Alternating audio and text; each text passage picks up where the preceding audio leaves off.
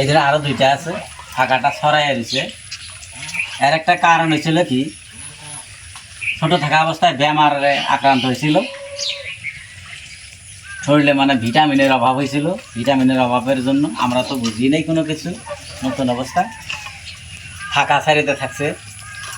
ফাঁকা সারিতে থাকতে থাকতে থাকতে থাকতে নেক্সট আর লাস্ট আর ফাঁকাটা মানে এগুলো যেরকম ভালো ফাঁকাগুলো চাপাইয়া থাকে, এটা কিন্তু আর চাপাইয়া থাকতে পারে না, এরকমই থাকে, তাতে কোনো অসুবিধা নাই। এই দেখেন দানাগুলো খাইতেছে, খা খা খা খা খা খা খা খা খা খা খা খা খা। হাঁস, মুরগি, কবুতর যেটাই পালেন প্রচুর খাওয়া দিবেন।